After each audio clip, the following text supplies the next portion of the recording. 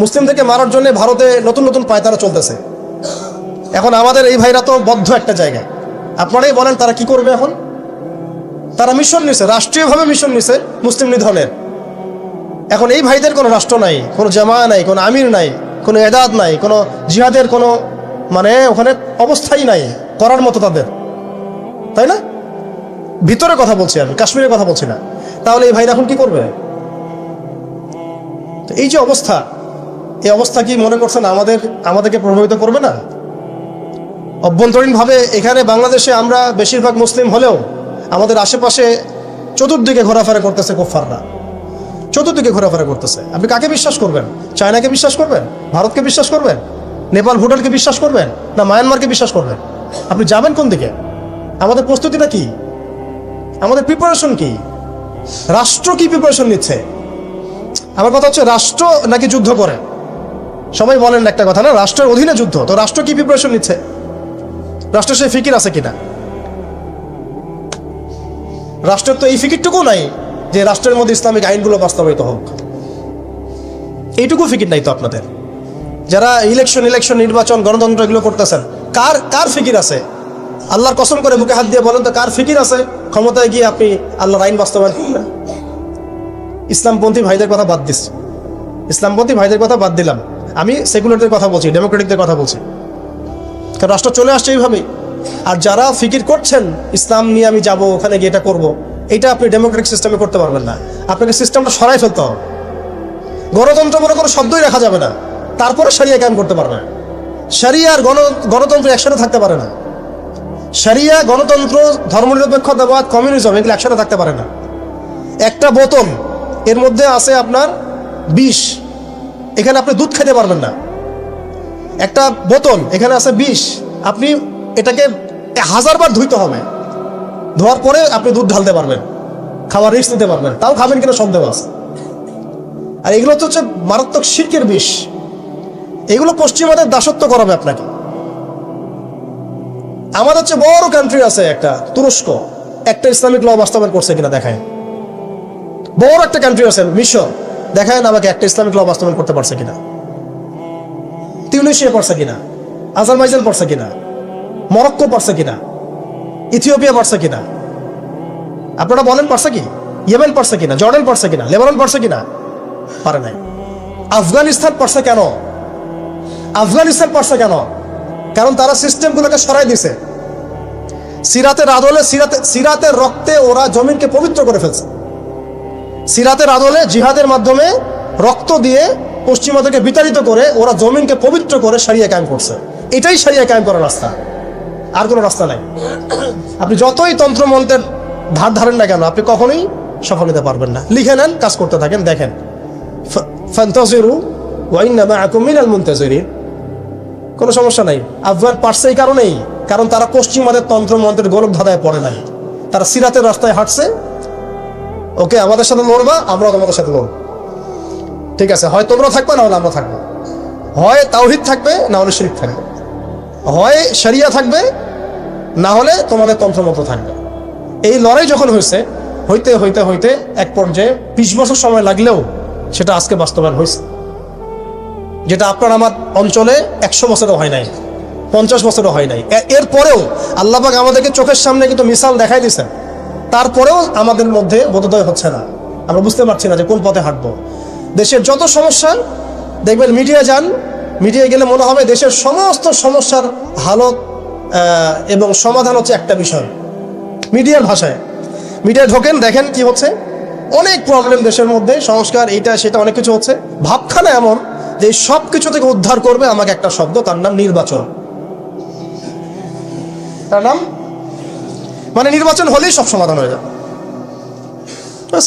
এটা আমাদের আকীদা, আমাদের চিন্তা এরকম ভাই। একটা মুদির দোকানদারকে জিজ্ঞাসা করেন, সেও এই কথাই বলবে। আবার বুদ্ধিজীবীকে জিজ্ঞাসা করেন, সেও এই কথাই বলতেছে। টকশোতে বসে সেও এই কথা বলতেছে। এমপিকে বলেন, সেও এই কথা বলতেছে। মানে পুরো অবচেতন দাসত্ব, অবচেতন ইবাদত। দেখেন আমাদের অবচেতন মনে আমরা ইবাদত করে ফেলছি গণতন্ত্রের, পশ্চিমাদের, ওদের তন্ত্রমন্ত্রগুলার। ইলেকশন দিলে সব সমাধান হয়ে যাবে? কোন পদ্ধতিতে আপনি দিবেন? দেওয়ার পরে কি হবে? মূলনীতি কি থাকবে? সংবিধান কি থাকবে? সংস্কারগুলো কি কি হবে? আপনি কি আল্লাহর জমিন, আল্লাহর দিন কায়েমের দিকে আসবেন কিনা? এখানে তো অনেক কথা আছে। এগুলোকে সলিউশন না করে XYZ যেই আসো, আপনি আমাকে বসায় দিলে আমি কিছুই করতে পারবো না। সিম্পল, আমাকে বসায় দেন, আমি কিছুই করতে পারবো না। আপনি সবচেয়ে পরহেজগার মানুষটাকে বসায় দেন, সেও কিছু করতে পারবে না, কারণ সিস্টেমটাই তাকে করতে দিবে না। এই জিনিসগুলো আমাদের বোঝা উচিত। উম্মার সংকটগুলো এইভাবে আমাদের আইডেন্টিফাই করতে হবে। যে অনেক লম্বা হয়ে যাচ্ছে, হয়তো আমি শেষ করে দিই এখন। শেষ করি ভাই, অনেক লম্বা করা যাবে না, নামাজের ব্যাপার আছে। এখানে আমাদের ওই হারানো ঐতিহ্যটাকে আমরা বুঝতে পারলাম, আমরা কোথায় ছিলাম আমরা, এটা কি বুঝতে পারছেন? এখন দেখেন আমরা আসি কোথায়। এখন আসি কোথায়? এক বাক্যে আমাদের সারা ওয়ার্ল্ডে কোনো খিলাফা স্টেট নাই। তারপরে আমাদেরকে এরকম 57টা পিস পিস রাষ্ট্রে ভাগ করা হচ্ছে ওই খেলাফা রাষ্ট্রকে বাদ দিয়ে, এবং প্রত্যেকটা রাষ্ট্রের মধ্যে মোনাফেক শাসক বসায় দেওয়া হচ্ছে। একদম খোলামেলা বলে দিল, প্রত্যেকটা রাষ্ট্রের মধ্যে ম্যাক্সিমাম মোনাফেক শাসক বসায় দেওয়া হচ্ছে, যারা নিজেরাই পশ্চিমাদের হয়ে সার্ভ করবে এবং আল্লাহর জমিনে তাগুত কায়েম করবে, এবং করেছে তারা। এটা তাগুত কি তারা তো বুঝে না। তাগুত মানে শয়তান। যেখানে আল্লাহর বিধান চলে না, ওখানে শয়তানের বিধান চলে, সিম্পল। এটা 1000 জন বুদ্ধিজীবী মিলেও যদি একটা সংবিধান লিখে আর সেখানে আল্লাহ বিরোধী আইন থাকে, সেটা তাগুত। সেটার নাম কি? তাগুত। এই তাগুত মানে শয়তান। কেউ যদি ওর প্রতি ইমানদার হয়ে মারা যায়, জাহান্নামে যাবে। কেউ যদি ওর উপর ইমানদার হয়ে মারা যায়, সরাসরি জাহান্নামে যাবে ইনশাআল্লাহ, কারণ সে তাগুতের দাসত্ব করছে। আর আমাদেরকে বলাই হয়েছিল, ওয়ামা ইয়াকফুর বিত্তাগুত ওয়া ইউমিন বিল্লাহ ফাকাদ ইসতামসাকা বিল উরওয়াতিল ওয়াসকা লা ইনফিসামা লাহা ওয়াল্লাহু সামিউন আলিম। সূরা বাকারায় 256 নম্বর আয়াত পড়ে দেখুন, বাসায় গিয়ে আয়াতুল কুরসির পড়ে আছে। তাগুতকে কুফরি না করা পর্যন্ত কেউ মুমিন হইতে পারে না। তাগুতের সাথে কুফরি না করা পর্যন্ত কেউ মুমিন হইতে পারবে না, এটাই বাস্তব। এখন এইভাবে আমাদেরকে ভাগ করা হয়, মোনাফেক শাসক বসায় দেওয়া হয়। শুধু তাই না, প্রত্যেকটা কান্ট্রির মধ্যে ওই 4 দেবতা 5 দেবতা ঢুকাই দেওয়া হয়েছে, ওই যে বললাম আগে। তারপরে একটা ডিপার্টমেন্ট ধরে তারা ধ্বংস করছে, একটা ডিপার্টমেন্ট ধরে। রাজনীতি ধ্বংস করছে, ইসলামিক রাজনীতি সরাই দিছে। অর্থনীতি ধ্বংস করছে, সুদ ঢুকাই দিছে। তার মধ্যে ঘুষ আছে, ইনফ্লেশন আছে, দুর্নীতি আছে, এগুলো তো আছেই। তারপরে সমাজের যে আমাদের ব্যাপারগুলো, সমাজের নীতি নৈতিকতার বিষয়গুলো দেখেন একেবারেই উঠাই দিচ্ছে, দিন দিন উঠাই দিচ্ছে। এখন নাকি আপনি স্ত্রীর সাথে সহবাস করলেও ধর্ষণ হবে। সুবহানাল্লাহ, কি অবস্থা!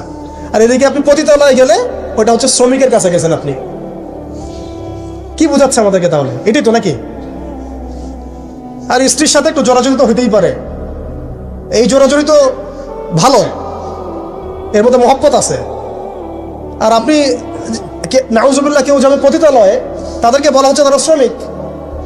তার তসলিমা নাসরিনকে আমরা এখান থেকে বিতাড়িত করছিলাম কেন? ঘুরে ফিরে তো সেটাই আসতেছে। সমাজকে ধ্বংস করছে, অর্থনীতি ধ্বংস করছে, রাজনীতি ধ্বংস করছে, মিডিয়াগুলো ওদের হাতে নিয়ে নিছে। মিডিয়া হাতে নেওয়া মানে হচ্ছে দিনকে ওরা রাত বানাই দেবে, রাতকে দিন বানাই দেবে।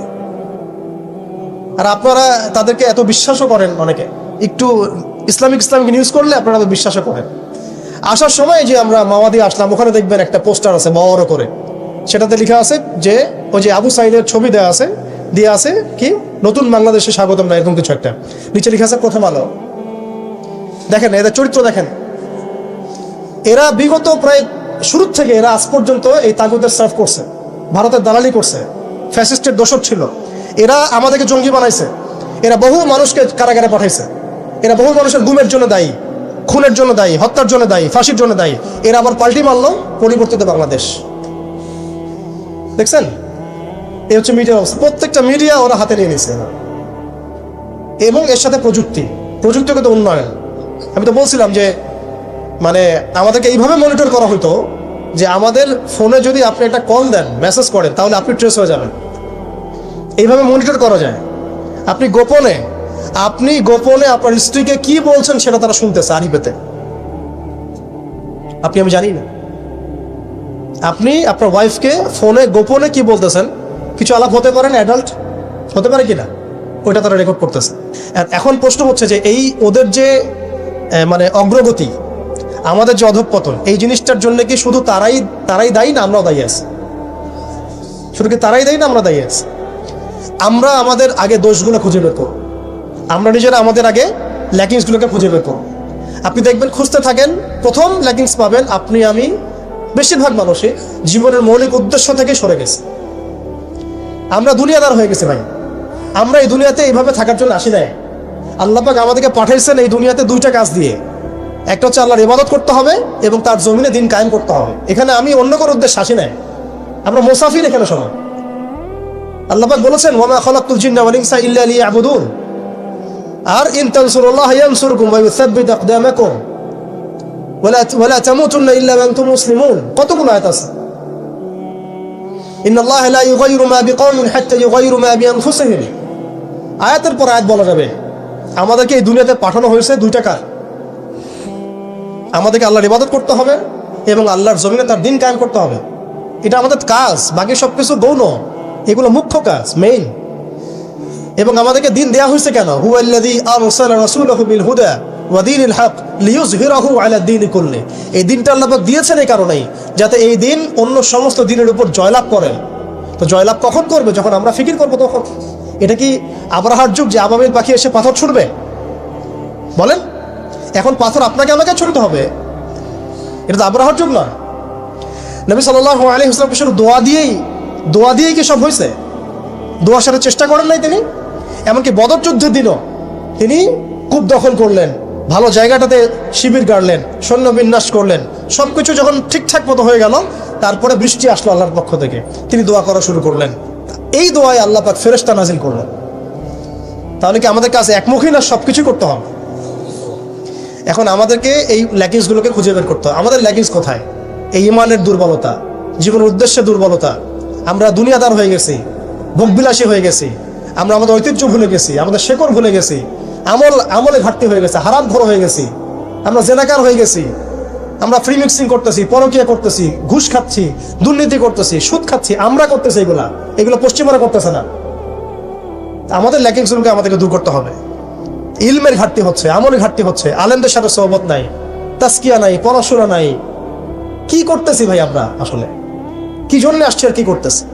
এইখান থেকে ভবিষ্যৎটা হচ্ছে এই যে ইনশাআল্লাহ এই দিন বিজয় লাভ করবেই।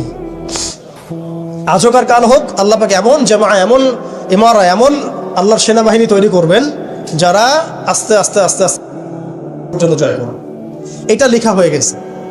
ইমামুল মাহদী আসবেন, লেখা হয়ে গেছে। এমন একটা সমাজ ব্যবস্থা আমরা দেখেছি 1400 বছর আগে, যে সময়টাকে ইতিহাস দুটা শব্দে আইডেন্টিফাই করে, আইয়ামে জাহিলিয়া। এক কথায় আইয়ামে জাহিলিয়া, অন্ধকারের যুগ।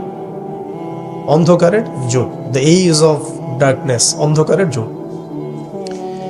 এই অন্ধকারের যুগ আল্লাহ রাব্বুল আলামিন মাত্র 23 বছরের ব্যবধানে একটা কিতাব নাজিল করে, একজন নবীকে প্রেরণ করে, একজন নবীর সুন্নাহ দিয়ে, এবং একটা জামা, সাহাবায়ে কেরামের জামা, মানে ঐক্যবদ্ধ একটা প্ল্যাটফর্ম, এটাকে দিয়ে আল্লাহ রাব্বুল আলামিন মাত্র উইদিন 23 ইয়ার্স, মানে মাত্র 23 বছরের ব্যবধানে আল্লাহ রাব্বুল আলামিন এই সমাজের চিত্রটাকেই পরিবর্তন করে দিয়েছেন। এটা আমরা দেখেছি মাত্র 23 বছরের ব্যবধানে। তো সিরাতটা যদি আপনাদের পড়া থাকে তাহলে আপনারা বুঝতে পারবেন যে কিভাবে এই পরিবর্তনটা হয়েছে। যাদের সিরাতটা পড়া নাই তাদের বুঝতে একটু অসুবিধা হতে পারে। এই কারণে আমি আপনাদেরকে পরামর্শ দিই, যেভাবে আপনারা কোরআন শেখেন, যেভাবে হাদিসকে গুরুত্ব দিয়ে পড়েন, ঠিক সেইভাবেই নবী মুহাম্মদ সাল্লাল্লাহু আলাইহি ওয়াসাল্লামের পবিত্র জীবনীটাকে শুরু থেকে শেষ পর্যন্ত পড়ে শেষ করতে হবে। তাহলে আপনি ধাপগুলো বুঝতে পারবেন কিভাবে তিনি সমাজ সংস্কার করেছেন। না হলে বুঝতে পারবেন না। কোরআনের একটা আয়াত থেকে আপনি নিজে নিজে একটা দলিল তো বের করতে পারবেন না, একটা হাদিস থেকে আপনি নিজে নিজে একটা দলিল তো বের করতে পারবেন না। সিরাতটা যদি মাথায় থাকে, পুরো সিরাত মোবারক, পবিত্র সিরাত, তাহলে আপনি বুঝতে পারবেন কোন সিচুয়েশনে নবী সাল্লাল্লাহু আলাইহি ওয়াসাল্লাম প্রেরিত হয়েছিলেন, কিভাবে শুরু করেছেন, কিভাবে সামনে গিয়েছেন, কোন প্রেক্ষাপটে কিভাবে তিনি রিয়্যাক্ট করেছেন, এবং কিভাবে আস্তে আস্তে এই দিনটা অল্প গুটি কয়েক মানুষ থেকে পুরো জাজিরাতুল আরবের মধ্যে ছড়িয়ে পড়েছে, প্রতিষ্ঠিত হয়েছে। এক কথায় দিন কায়েম হয়েছে কিভাবে, এটা বুঝতে হলে সিরাত লাগবে। এটা যদি আমরা 2 মিনিটের মধ্যে বলি, তাহলে প্রথমে নবী সাল্লাল্লাহু আলাইহি ওয়াসাল্লাম ওহী প্রাপ্ত হয়েছেন। সেই ওহীটা হচ্ছে কোরআন এবং হাদিস এবং সুন্নাহ, এবং সেই ওহী দিয়ে তিনি দাওয়াতের কাজ শুরু করেছেন। তিনি মানুষের দরজায় দরজায় যাওয়া শুরু করেছেন। মক্কায় 13 বছর নিরলস পরিশ্রম করে তিনি দাওয়াতের মেহনত অব্যাহত রেখেছেন, এবং দাওয়াতটা ছিল পরিপূর্ণ ইসলামের দাওয়াত, আংশিক দাওয়াত নয়। আমাদের দাওয়াত তার দাওয়াতের মধ্যে কিছু পার্থক্য দেখা যায় অনেক সময়। তার দাওয়াত ছিল পরিপূর্ণ ইসলামের দাওয়াত, আমরা কিন্তু ইসলামের অংশ বিশেষ নিয়ে কথা বলি বেশি। এটা খেয়াল রাখতে হবে। তিনি দাওয়াতের কাজ করেছেন পরিপূর্ণ ইসলামের দাওয়াত, উদখুলু ফিস সিলমি কাফা, এর উপর আমল করার জন্য। এখন এই দাওয়াতের ফলে প্রথম 3 বছর গোপন গোপন দাওয়াত হয়েছে, কিন্তু এই 3 বছরেই এমন কিছু সাহাবী তৈরি হয়েছিলেন যারা পরবর্তীতে বদর, উহুদ, খন্দক, খায়বার কাঁপিয়ে দিয়েছিলেন।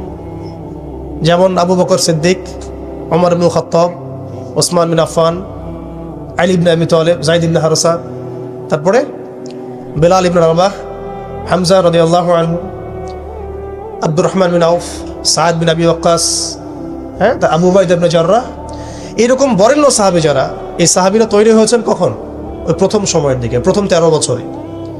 প্রথম 3 বছর গোপন দাওয়াতে এরকম বরেণ্য সাহাবায়ে কেরাম ইসলাম কবুল করা শুরু করেন। এরপরে দাওয়াতের গতি আরও বেগবান হয় যখন মক্কার শক্তিশালী কিছু মানুষ ইসলাম কবুল করেন, যেমন হামজা রাদিয়াল্লাহু আনহু, ওমর ইবনে খাত্তাব, এইরকম কিছু মানুষ। কারণ তাদের একজনের বক্তব্য বা একজনের অবস্থান সমাজে আরও 100 জনের সমান ছিল, 1000 জনের সমান ছিল।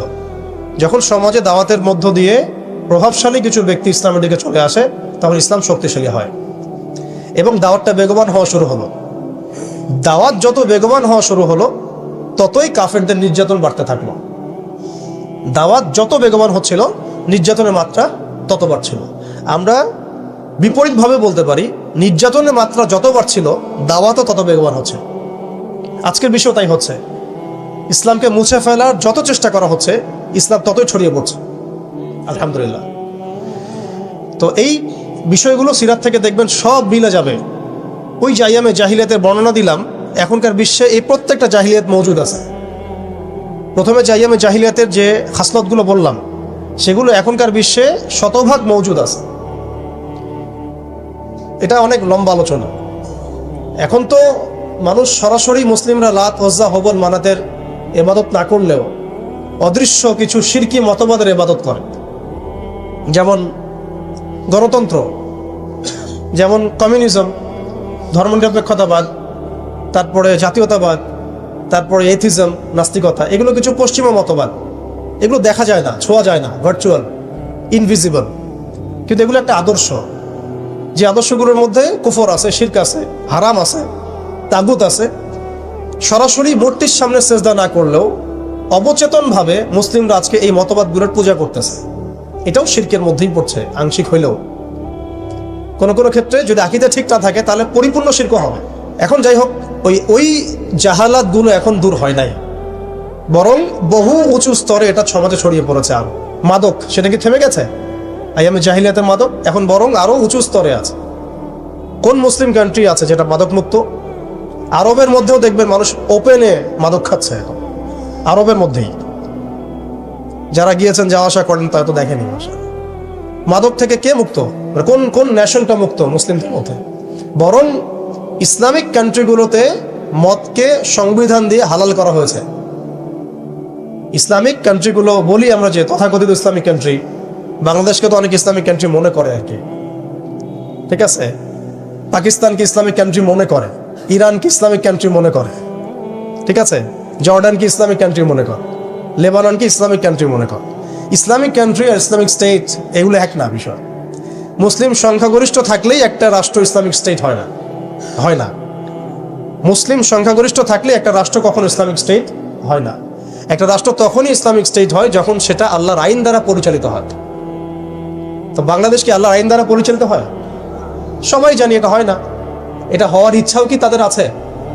যারা লিডিং রোল প্লে করে তাদের তো ইচ্ছাও নাই, কারণ তারা মনে করে যে ইসলামিক আইন দিয়ে যদি রাষ্ট্র চলে, তাহলে রাষ্ট্র নাকি মৌলবাদী রাষ্ট্র হয়ে যাবে, পশ্চিমারা রাগ করবে, আমেরিকা আব্বু মাইন্ড করবে, ভারত নাকি খেপে যাবে। এগুলো তারা মনে করে। এই জুজুর ভয় তারা আমাদেরকে দেখায়। এগুলো সব জুজুর ভয়।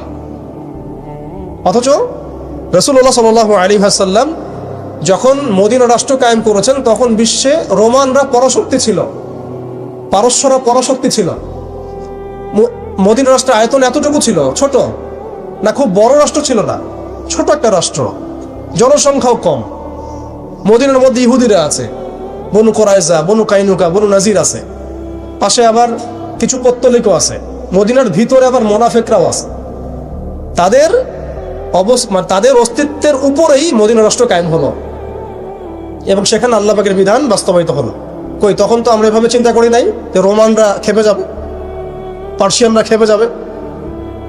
ওরা তখন সংখ্যার দিক থেকে, অস্ত্রের দিক থেকে, জনবলের দিক থেকে, মানে আপনার সার্বভৌমত্বের দিক থেকে মুসলিমদের চেয়ে অনেক শক্তিশালী ছিল।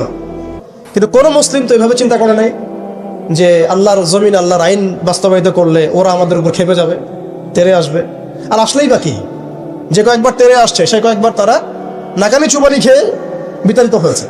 আমরা সেই রোমানদেরকে ডিফিট করেছিলাম, সেই পার্সিয়ানদেরকে ডিফিট করেছি, সেই রোম সাম্রাজ্য, সিরিয়া, শাম এগুলো আমরা বিজয় করেছি, সে পারস্য আমরা বিজয় করেছি। যারা আমাদের এগেনস্টে দাঁড়ানোর চেষ্টা করেছে আল্লাহ পাক ধুলা মানি উড়িয়ে দিয়েছিলেন। কই তখন তো আমাদেরকে এত নেগেটিভ চিন্তা করতে হয় নাই, ব্যাকফুট চিন্তা করতে হয় নাই। এখন হয় কেন? বিকজ আমরা সেই ইমান, সেই তাকওয়া, সেই আকিদা, সেই আমল, সেই মানহাজের মধ্যে নাই। As simple as that. আমরা এখন সেই অবস্থায় নাই, ইমানের দিক থেকে, আমলের দিক থেকে, তাসকিয়ার দিক থেকে, জামার দিক থেকে, সবচেয়ে বড় কথা হচ্ছে দিন পালনের দিক থেকে। আর কি দিন বোঝা এবং পালন করার দিক থেকে আমরা ওই জায়গায় নাই। আমরা দেখুন দিন পালন করছি আংশিক, যতটুকু আমার পক্ষে পসিবল হচ্ছে আংশিক। বুফের মতো আমরা মনে করছি, যেটা ইচ্ছা নিব, যেটা ইচ্ছা নিব না। দিন তো বুফে না। উদখুলু ফিস-সিলমি কাফা মানে হচ্ছে দিনে আমাকে পরিপূর্ণরূপে প্রবেশ করতে হবে। যখন যেটা আমার সামনে আসবে আমাকে সেটা করতে হবে। ফরজ হয়েছে নামাজ পড়তে হবে, যাকাত ফরজ হলে যাকাত দিতে হবে, হজ ফরজ হলে হজ করতে হবে। আমার এখানে অপশনাল কোনো থিঙ্কিং এর তো সুযোগ নাই। পর্দা ফরজ হলে পর্দা করতে হবে, ইভেন জিহাদ ফরজ হলে জিহাদও করতে হবে। যেটা ফরজ হবে সেটা করতে হবে, যেটা ওয়াজিব সেটা করতে হবে, যেটা সুন্নাহ সেটা আমল করতে হবে। এখানে তো আমার অপশন নাই যে আল্লাহ আমি পর্দাটুকু বাদ দিয়ে দাও আমার জন্য, নাউজুবিল্লাহ, আমার জন্য মদটাকে হালাল করে দাও, নাউজুবিল্লাহ, আমার জন্য জেনাকে হালাল করে দাও, নাউজুবিল্লাহ। এটা কি সম্ভব? কিন্তু আমরা এই সিস্টেমগুলোর মধ্য দিয়ে আল্লাহর হালালকে হারাম করছি, হারামকে হালাল করছি। তো আমি বলছিলাম ওই জাহালাতের এই না সুদভিত্তিক সিস্টেম দূর হয়েছে, আর না সেই মাদক দূর হয়েছে, আর না সেই শিরক দূর হয়েছে, আর না গোত্রীয় হানাহানি দূর হয়েছে। গোত্রীয় হানাহানি কি দূর হয়েছে? না। এখন হানাহানি গণতান্ত্রিক ভাষায় করলে জায়েজ, তাই না? গণতান্ত্রিক লেভেল দিয়ে হানাহানি, মারামারি, কাটাকাটি, মিছিল, মিটিং, শোডাউন, রাস্তায় কোপাকুপি সব জায়েজ। কিন্তু ইসলামের পরিভাষায় যদি আমরা জিহাদ ফি সাবিলিল্লাহ বলি তাহলে আটকে ওঠে, বাপরে বাপ কি অবস্থা, তাহলে মৌলবাদী, জঙ্গি, সন্ত্রাস।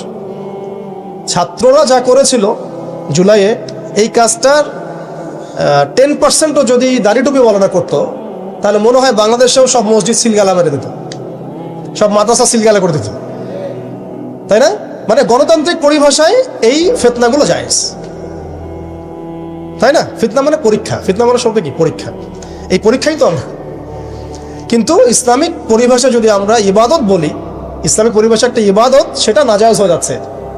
আর গণতান্ত্রিক পরিভাষায় তথাকথিত এই গণতান্ত্রিক রাষ্ট্রে এবং গণতান্ত্রিক এই বিশ্বে এগুলোকে তারা জায়েজ করে নিয়েছে। আফ্রিকাতে যখন পশ্চিমারা হামলা চালায় গণতন্ত্রের নামে, এটা জায়েজ হয়ে যায়।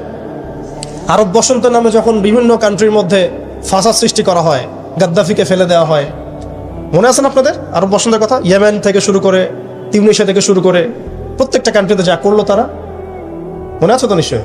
এগুলো তখন জায়েজ। মিশরে করেছে, তাই না? সোমালিয়া, কঙ্গো, ইথিওপিয়া, নাইজেরিয়া, এগুলোতে যা হচ্ছে এগুলো জায়েজ ওদের ভাষায়। ইরাকে হামলা চালানো ওদের জন্য জায়েজ ছিল, তাই না? গণতন্ত্রের ভাষায়। ওখানে লাখ লাখ মানুষ মারলেও সেটা জায়েজ। ওটা নাকি শান্তি প্রতিষ্ঠার জন্য করা হচ্ছে। তারপরে আফগানিস্তানে লক্ষ লক্ষ মানুষকে মারা হয়েছে, ওটা তখন জায়েজ ছিল। কাশ্মীরে আজকে মানুষকে মারা হচ্ছে, এটা ওদের কাছে জায়েজ হয়ে গেছে। আর কোথাও এক্সাম্পল দিবেন? চায়নার মধ্যে মারা হচ্ছে উইঘুরদেরকে, আরাকানে মারা হয়েছে, তারপরে ইয়েমেনে তো মারা হচ্ছেই সেই 15 সাল থেকেই,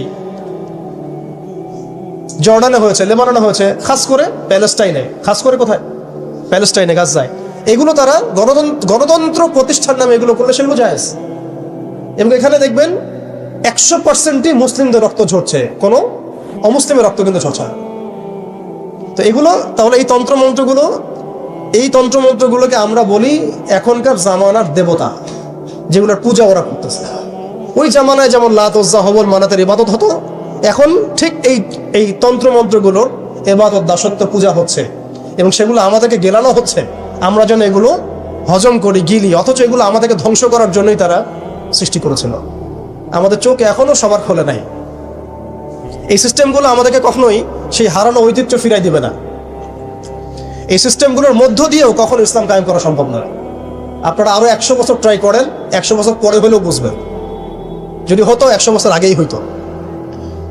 আরো 100 বছর ট্রাই করেন, তারপরেও যদি আক্কেল হয়। এই সিস্টেমগুলো তৈরি করা হয়েছে আমাদেরকে ওদের দাস বানানোর জন্য।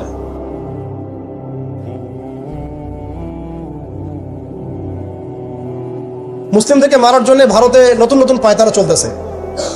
এখন আমাদের এই ভাইরা তো বদ্ধ একটা জায়গায়। আপনারাই বলেন তারা কি করবে এখন?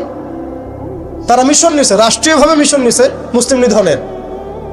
এখন এই ভাইদের কোনো রাষ্ট্র নাই, কোনো জামা নাই, কোনো আমির নাই, কোনো এদাদ নাই, কোনো জিহাদের কোনো মানে ওখানে অবস্থাই নাই করার মতো তাদের, তাই না? ভিতরে কথা বলছি আমি, কাশ্মীরের কথা বলছি না। তাহলে এই ভাইরা এখন কি করবে? এই যে অবস্থা, এই অবস্থা কি মনে করছেন আমাদেরকে প্রভাবিত করবে না? অভ্যন্তরীণভাবে এখানে বাংলাদেশে আমরা বেশিরভাগ মুসলিম হলেও আমাদের আশেপাশে চতুর্দিকে ঘোরাফেরা করতেছে কুফফাররা, চতুর্দিকে ঘোরাফেরা করতেছে। আপনি কাকে বিশ্বাস করবেন? চায়নাকে বিশ্বাস করবেন? ভারতকে বিশ্বাস করবেন? নেপাল, ভুটানকে বিশ্বাস করবেন? না মায়ানমারকে বিশ্বাস করবেন? আপনি যাবেন কোন দিকে? আমাদের প্রস্তুতিটা কি? আমাদের প্রিপারেশন কি? রাষ্ট্র কি প্রিপারেশন নিচ্ছে?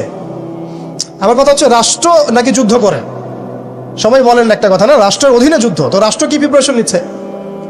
রাষ্ট্রের সেই ফিকির আছে কিনা? রাষ্ট্রের তো এই ফিকিরটুকু নাই যে রাষ্ট্রের মধ্যে ইসলামিক আইনগুলো বাস্তবায়িত হোক। এইটুকু ফিকির নাই তো আপনাদের। যারা ইলেকশন নির্বাচন, গণতন্ত্র এগুলো করতেছেন, কার ফিকির আছে? আল্লাহর কসম করে বুকে হাত দিয়ে বলেন তো, কার ফিকির আছে ক্ষমতায় গিয়ে আপনি আল্লাহর আইন বাস্তবায়ন করবেন? ইসলামপন্থী ভাইদের কথা বাদ দিস, ইসলামপন্থী ভাইদের কথা বাদ দিলাম, আমি সেকুলারদের কথা বলছি, ডেমোক্রেটিকদের কথা বলছি। কারণ রাষ্ট্র চলে আসছে এইভাবেই। আর যারা ফিকির করছেন ইসলাম নিয়ে আমি যাব, ওখানে গিয়ে এটা করবো, এটা আপনি ডেমোক্রেটিক সিস্টেমে করতে পারবেন না। আপনাকে সিস্টেমটা সরাই ফেলতে হবে। গণতন্ত্র বলে কোনো শব্দই রাখা যাবে না, তারপরে শরিয়া কায়েম করতে পারবে না। শরিয়া আর গণতন্ত্র একসাথে থাকতে পারে না। শরিয়া, গণতন্ত্র, ধর্মনিরপেক্ষতাবাদ, কমিউনিজম এগুলো একসাথে থাকতে পারে না। একটা বোতল, এর মধ্যে আছে আপনার বিষ, এখানে আপনি দুধ খেতে পারবেন না। একটা বোতল, এখানে আছে বিষ, আপনি এটাকে 1000 বার ধুইতে হবে। ধোয়ার পরে আপনি দুধ ঢালতে পারবেন, খাওয়ার রিস্ক নিতে পারবেন, তাও খাবেন কিনা সন্দেহ আছে। আর এগুলো তো হচ্ছে মারাত্মক শিরকের বিষ। এগুলো পশ্চিমাদের দাসত্ব করাবে আপনাকে। আমাদের হচ্ছে বড় কান্ট্রি আছে একটা তুরস্ক, একটা ইসলামিক ল বাস্তবায়ন করছে কিনা দেখায়। বড় একটা কান্ট্রি আছে মিশর, দেখায় না আমাকে একটা ইসলামিক ল বাস্তবায়ন করতে পারছে কিনা। তিউনিসিয়া পারছে কিনা, আজারবাইজান পারছে কিনা, মরক্কো পারছে কিনা, ইথিওপিয়া পারছে কিনা? আপনারা বলেন পারছে কি? ইয়েমেন পারছে কিনা, জর্ডান পারছে কিনা, লেবানন পারছে কিনা? পারে নাই। আফগানিস্তান পারছে কেন? আফগানিস্তান পারছে কেন? কারণ তারা সিস্টেমগুলোকে সরাই দিছে। সিরাতের আদলে, সিরাতের রক্তে ওরা জমিনকে পবিত্র করে ফেলছে। সিরাতের আদলে জিহাদের মাধ্যমে রক্ত দিয়ে পশ্চিমাদেরকে বিতাড়িত করে ওরা জমিনকে পবিত্র করে শরিয়া কায়েম করছে। এটাই শরিয়া কায়েম করার রাস্তা, আর কোনো রাস্তা নাই। আপনি যতই তন্ত্রমন্ত্রের ধার ধারেন না কেন, আপনি কখনোই সফল হতে পারবেন না। লিখে নেন, কাজ করতে থাকেন, দেখেন। ফান্তাজিরু ওয়া ইন্না মাআকুম মিনাল মুনতাজিরিন। কোনো সমস্যা নাই। আফগান পারছে এই কারণেই, কারণ তারা পশ্চিমাদের তন্ত্রমন্ত্রের গোলক ধাঁধায় পড়ে নাই। তারা সিরাতের রাস্তায় হাঁটছে। ওকে, আমাদের সাথে লড়বা, আমরাও তোমাদের সাথে লড়ব। ঠিক আছে, হয় তোমরা থাকবে, না হলে আমরা থাকবো। হয় তাওহীদ থাকবে, না হলে শিরক থাকবে। হয় শরিয়া থাকবে, না হলে তোমাদের তন্ত্রমন্ত্র থাকবে। এই লড়াই যখন হইতে হইতে এক পর্যায়ে 20 বছর সময় লাগলেও সেটা আজকে বাস্তবায়ন হয়েছে। যেটা আপনার আমার অঞ্চলে 100 বছরও হয় নাই, 50 বছরও হয় নাই। এরপরেও আল্লাহ পাক আমাদেরকে চোখের সামনে কিন্তু মিসাল দেখাই দিয়েছেন। তারপরেও আমাদের মধ্যে বোধোদয় হচ্ছে না, আমরা বুঝতে পারছি না যে কোন পথে হাঁটবো। দেশের যত সমস্যা দেখবেন, মিডিয়া যান, মিডিয়ায় গেলে মনে হবে দেশের সমস্ত সমস্যার হালত এবং সমাধান হচ্ছে একটা বিষয়। মিডিয়ার ভাষায় মিডিয়ায় ঢোকেন, দেখেন কি হচ্ছে, অনেক প্রবলেম দেশের মধ্যে, সংস্কার এইটা সেটা অনেক কিছু হচ্ছে। ভাবখানা এমন যে সব কিছু থেকে উদ্ধার করবে আমাকে একটা শব্দ, তার নাম নির্বাচন। তার নাম মানে নির্বাচন হলেই সব সমাধান হয়ে যাবে, বাস খালাস। এটা আমাদের আকীদা, আমাদের চিন্তা এরকম ভাই। একটা মুদির দোকানদারকে জিজ্ঞাসা করেন, সেও এই কথাই বলবে। আবার বুদ্ধিজীবীকে জিজ্ঞাসা করেন, সেও এই কথাই বলতেছে। টকশোতে বসে সেও এই কথা বলতেছে। এমপিকে বলেন, সেও এই কথা বলতেছে। মানে পুরো অবচেতন দাসত্ব, অবচেতন ইবাদত। দেখেন আমাদের অবচেতন মনে আমরা ইবাদত করে ফেলছি গণতন্ত্রের, পশ্চিমাদের, ওদের তন্ত্রমন্ত্রগুলার। ইলেকশন দিলে সব সমাধান হয়ে যাবে? কোন পদ্ধতিতে আপনি দিবেন? দেওয়ার পরে কি হবে? মূলনীতি কি থাকবে? সংবিধান কি থাকবে? সংস্কারগুলো কি কি হবে? আপনি কি আল্লাহর জমিন, আল্লাহর দিন কায়েমের দিকে আসবেন কিনা? এখানে তো অনেক কথা আছে। এগুলোকে সলিউশন না করে XYZ যেই আসো, আপনি আমাকে বসায় দিল, আমি কিছুই করতে পারবো না। সিম্পল, আমাকে বসায় দেন, আমি কিছুই করতে পারবো না। আপনি সবচেয়ে পরহেজগার মানুষটাকে বসায় দেন, সেও কিছু করতে পারবে না, কারণ সিস্টেমটাই তাকে করতে দিবে না। এই জিনিসগুলো আমাদের বোঝা উচিত। উম্মার সংকটগুলো এইভাবে আমাদের আইডেন্টিফাই করতে হবে। যে অনেক লম্বা হয়ে যাচ্ছে, হয়তো আমি শেষ করে দিই এখন। শেষ করি ভাই, অনেক লম্বা করা যাবে না, নামাজের ব্যাপার আছে। এখানে আমাদের ওই হারানো ঐতিহ্যটাকে আমরা বুঝতে পারলাম, আমরা কোথায় ছিলাম, কোথায় ছিলাম আমরা, এটা কি বুঝতে পারছেন? এখন দেখেন আমরা আসি কোথায়। এখন আসি কোথায়? এক বাক্যে আমাদের সারা ওয়ার্ল্ডে কোনো খিলাফা স্টেট নাই। তারপরে আমাদেরকে এরকম 57টা পিস পিস রাষ্ট্রে ভাগ করা হচ্ছে ওই খেলাফা রাষ্ট্রকে বাদ দিয়ে, এবং প্রত্যেকটা রাষ্ট্রের মধ্যে মোনাফেক শাসক বসায় দেওয়া হচ্ছে। একদম খোলামেলা বলে দিলাম, প্রত্যেকটা রাষ্ট্রের মধ্যে ম্যাক্সিমাম মোনাফেক শাসক বসায় দেওয়া হচ্ছে, যারা নিজেরাই পশ্চিমাদের হয়ে সার্ভ করবে এবং আল্লাহর জমিনে তাগুত কায়েম করবে। আল্লাহর জমিনে তাগুত কায়েম করবে, এবং করেছে তারা এটা। তাগুত কি তারা তো বুঝে না। তাগুত মানে শয়তান। যেখানে আল্লাহর বিধান চলে না, ওখানে শয়তানের বিধান চলে, সিম্পল। এটা 1000 জন বুদ্ধিজীবী মিলেও যদি একটা সংবিধান লিখে আর সেখানে আল্লাহ বিরোধী আইন থাকে, সেটা তাগুত। সেটার নাম কি? তাগুত। এই তাগুত মানে শয়তান। কেউ যদি ওর প্রতি ইমানদার হয়ে মারা যায়, জাহান্নামে যাবে। কেউ যদি ওর উপর ইমানদার হয়ে মারা যায়, সরাসরি জাহান্নামে যাবে ইনশাআল্লাহ, কারণ সে তাগুতের দাসত্ব করছে।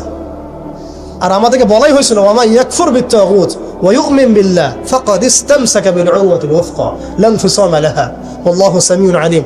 সূরা বাকারায় 256 নম্বর আয়াত পড়ে দেখেন, বাসায় গিয়ে আয়াতুল কুরসির পড়ে আছে। তাগুতকে কুফরি না করা পর্যন্ত কেউ মুমিন হইতে পারে না। তাগুতের সাথে কুফরি না করা পর্যন্ত কেউ মুমিন হইতে পারবে না, এটাই বাস্তব।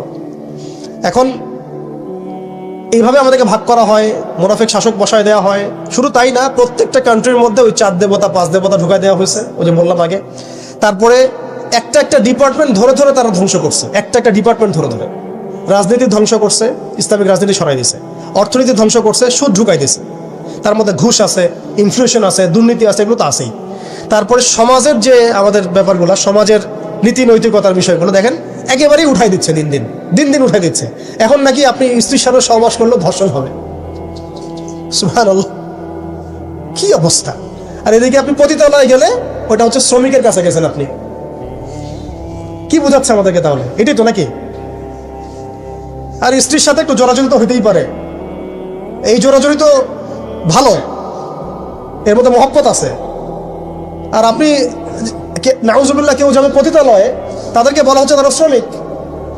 তার তসলিমা নাসরিনকে আমরা এখান থেকে বিতাড়িত করছিলাম কেন? ঘুরে ফিরে তো সেটাই আসতেছে। সমাজকে ধ্বংস করছে, অর্থনীতি ধ্বংস করছে, রাজনীতি ধ্বংস করছে, মিডিয়াগুলো ওদের হাতে নিয়ে নিছে। মিডিয়া হাতে নেওয়া মানে হচ্ছে দিনকে ওরা রাত বানাই দেবে, রাতকে দিন বানাই দেবে।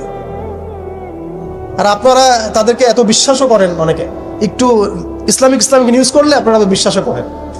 আসার সময় যে আমরা মাওয়াদি আসলাম, ওখানে দেখবেন একটা পোস্টার আছে বড় করে, সেটাতে লেখা আছে যে ওই যে আবু সাইদের ছবি দেওয়া আছে, দিয়ে আছে কি নতুন বাংলাদেশে স্বাগতম না, এরকম কিছু একটা। নিচে লেখা আছে প্রথম আলো। দেখেন এদের চরিত্র দেখেন।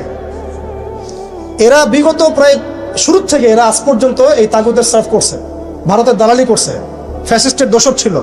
এরা আমাদেরকে জঙ্গি বানাইছে, এরা বহু মানুষকে কারাগারে পাঠাইছে, এরা বহু মানুষের গুমের জন্য দায়ী, খুনের জন্য দায়ী, হত্যার জন্য দায়ী, ফাঁসির জন্য দায়ী। এরা আবার পাল্টি মারলো পরিবর্তিত বাংলাদেশ। দেখছেন, এই হচ্ছে মিডিয়ার অবস্থা। প্রত্যেকটা মিডিয়া ওরা হাতে নিয়ে নিছে, এবং এর সাথে প্রযুক্তিগত উন্নয়ন। আমি তো বলছিলাম যে মানে আমাদেরকে এইভাবে মনিটর করা হতো যে আমাদের ফোনে যদি আপনি একটা কল দেন, মেসেজ করেন, তাহলে আপনি ট্রেস হয়ে যাবেন। এইভাবে মনিটর করা যায়। আপনি গোপনে আপনার স্ত্রীকে কি বলছেন সেটা তারা শুনতেছে আড়িপেতে, আমি জানি না। আপনি আপনার ওয়াইফকে ফোনে গোপনে কি বলতেছেন, কিছু আলাপ হতে পারেন, অ্যাডাল্ট হতে পারে কিনা, ওইটা তারা রেকর্ড করতেছে। এখন প্রশ্ন হচ্ছে যে এই ওদের যে মানে অগ্রগতি, আমাদের যে অধঃপতন, এই জিনিসটার জন্য কি শুধু তারাই দায়ী না আমরাও দায়ী আছি? শুধু কি তারাই দায়ী না আমরা দায়ী আছি? আমরা আমাদের আগে দোষগুলো খুঁজে বের করব, আমরা নিজেরা আমাদের আগে ল্যাকিংসগুলোকে খুঁজে বের করব। আপনি দেখবেন, খুঁজতে থাকেন, প্রথম ল্যাকিংস পাবেন আপনি, আমি, বেশিরভাগ মানুষই জীবনের মৌলিক উদ্দেশ্য থেকে সরে গেছে। আমরা দুনিয়াদার হয়ে গেছি ভাই। আমরা এই দুনিয়াতে এইভাবে থাকার জন্য আসি নাই। আল্লাহ পাক আমাদেরকে পাঠাইছেন এই দুনিয়াতে দুইটা কাজ দিয়ে। একটা হচ্ছে আল্লাহর ইবাদত করতে হবে এবং তার জমিনে দিন কায়েম করতে হবে। এখানে আমি অন্য কোনো উদ্দেশ্য আসি নাই, আমরা মুসাফির এখানে সবাই। আল্লাহ পাক বলেছেন, ওয়া মা খালাকতুল জিন্না ওয়াল ইনসা ইল্লা লিয়াবুদুন। আর ইন তানসুরুল্লাহ ইয়ানসুরকুম ওয়া ইউসাব্বিত আকদামাকুম ওয়ালা তামুতুন্না ইল্লা ওয়া আনতুম মুসলিমুন। কতগুলো আয়াত আছে। ইন্নাল্লাহা লা ইউগাইয়িরু মা বিকওমিন হাত্তা ইউগাইয়িরু মা বিআনফুসিহিম। আয়াতের পর আয়াত বলা যাবে। আমাদেরকে এই দুনিয়াতে পাঠানো হয়েছে দুইটা কাজ। আমাদেরকে আল্লাহর ইবাদত করতে হবে এবং আল্লাহর জমিনে তার দিন কায়েম করতে হবে। এটা আমাদের কাজ, বাকি সবকিছু গৌণ, এগুলো মুখ্য কাজ, মেইন। এবং আমাদেরকে দিন দেয়া হয়েছে কেন? হুয়াল্লাযী আরসালা রাসূলাহু বিল হুদা ওয়া দীনিল হক লিইয়ুযহিরাহু আলা দ্বীনি কুল্লি। এই দিনটা আল্লাহ পাক দিয়েছেন এই কারণেই, যাতে এই দিন অন্য সমস্ত দিনের উপর জয়লাভ করে। তো জয়লাভ কখন করবে? যখন আমরা ফিকির করবো তখন। এটা কি আবরাহার যুগ যে আবাবিল পাখি এসে পাথর ছুড়বে? বলেন, এখন পাথর আপনাকে আমাকে ছুড়তে হবে? এটা তো আবরাহার যুগ না। নবী সাল্লাল্লাহু আলাইহি ওয়াসাল্লাম শুধু দোয়া দিয়েই কি সব হয়েছে? দোয়ার সাথে চেষ্টা করেন নাই তিনি? এমনকি বদর যুদ্ধের দিনও তিনি কূপ দখল করলেন, ভালো জায়গাটাতে শিবির গাড়লেন, সৈন্য বিন্যাস করলেন। সবকিছু যখন ঠিকঠাক মতো হয়ে গেল, তারপরে বৃষ্টি আসলো আল্লাহর পক্ষ থেকে, তিনি দোয়া করা শুরু করলেন। এই দোয়ায় আল্লাহ পাক ফেরেশতা নাজিল করলেন। তাহলে কি আমাদের কাছে একমুখী না সবকিছু করতে হবে? এখন আমাদেরকে এই ল্যাকিংসগুলোকে খুঁজে বের করতে হবে। আমাদের ল্যাকিংস কোথায়? এই ইমানের দুর্বলতা, জীবনের উদ্দেশ্যে দুর্বলতা। আমরা দুনিয়াদার হয়ে গেছি, ভোগবিলাসী হয়ে গেছি, আমরা আমাদের ঐতিহ্য ভুলে গেছি, আমাদের শেকড় ভুলে গেছি, আমলে ঘাটতি হয়ে গেছে, হারামখোর হয়ে গেছি, আমরা জেনাকার হয়ে গেছি, আমরা ফ্রি মিক্সিং করতেছি, পরকীয়া করতেছি, ঘুষ খাচ্ছি, দুর্নীতি করতেছি, সুদ খাচ্ছি, আমরা করতেছি। এগুলো পশ্চিমারা করতেছে না। আমাদের ল্যাকিংসগুলোকে আমাদেরকে দূর করতে হবে। ইলমের ঘাটতি হচ্ছে, আমলের ঘাটতি হচ্ছে, আলেমদের সাথে সোহবত নাই, তাসকিয়া নাই, পড়াশোনা নাই। কি করতেছি ভাই আমরা? আসলে কি জন্য আসছি আর কি করতেছি? এইখান থেকে ভবিষ্যৎটা হচ্ছে এই যে ইনশাআল্লাহ এই দিন বিজয় লাভ করবেই। আজকার কাল হোক, আল্লাহ পাক এমন জামা, এমন ইমারা, এমন আল্লাহর সেনাবাহিনী তৈরি করবেন যারা আস্তে আস্তে আস্তে আস্তে পর্যন্ত জয় করবে। এটা লেখা হয়ে গেছে। ইমামুল মাহদী আসবেন, লেখা হয়ে গেছে। এমন একটা সমাজ ব্যবস্থা আমরা দেখেছি 1400 বছর আগে, যে সময়টাকে ইতিহাস দুটা শব্দে আইডেন্টিফাই করে, আইয়ামে জাহিলিয়া। এক কথায় আইয়ামে জাহিলিয়া, অন্ধকারের যুগ। অন্ধকারের যুগ, দ্য এজ অফ ডার্কনেস, অন্ধকারের যুগ। এই অন্ধকারের যুগ আল্লাহ রাব্বুল আলামিন মাত্র 23 বছরের ব্যবধানে একটা কিতাব নাজিল করে, একজন নবীকে প্রেরণ করে, একজন নবীর সুন্নাহ দিয়ে, এবং একটা জামা, সাহাবায়ে কেরামের জামা, মানে ঐক্যবদ্ধ একটা প্ল্যাটফর্ম, এটাকে দিয়ে আল্লাহ রাব্বুল আলামিন মাত্র উইদিন 23 ইয়ার্স, মানে মাত্র 23 বছরের ব্যবধানে আল্লাহ রাব্বুল আলামিন এই সমাজের চিত্রটাকেই পরিবর্তন করে দিয়েছে। এটা আমরা দেখেছি মাত্র 23 বছরের ব্যবধানে। তো সিরাতটা যদি আপনাদের পড়া থাকে, তাহলে আপনারা বুঝতে পারবেন যে কিভাবে এই পরিবর্তনটা হয়েছে। যাদের সিরাতটা পড়া নাই তাদের বুঝতে একটু অসুবিধা হতে পারে। এই কারণে আমি আপনাদেরকে পরামর্শ দিই, যেভাবে আপনারা কোরআন শেখেন, যেভাবে হাদিসকে গুরুত্ব দিয়ে পড়েন, ঠিক সেইভাবেই নবী মুহাম্মদ সাল্লাল্লাহু আলাইহি ওয়াসাল্লামের পবিত্র জীবনীটাকে শুরু থেকে শেষ পর্যন্ত পড়ে শেষ করতে হবে। তাহলে আপনি ধাপগুলো বুঝতে পারবেন কিভাবে তিনি সমাজ সংস্কার করেছেন। না হলে বুঝতে পারবেন না। কোরআনের একটা আয়াত থেকে আপনি নিজে নিজে একটা দলিল তো বের করতে পারবেন না, একটা হাদিস থেকে আপনি নিজে নিজে একটা দলিল তো বের করতে পারবেন না।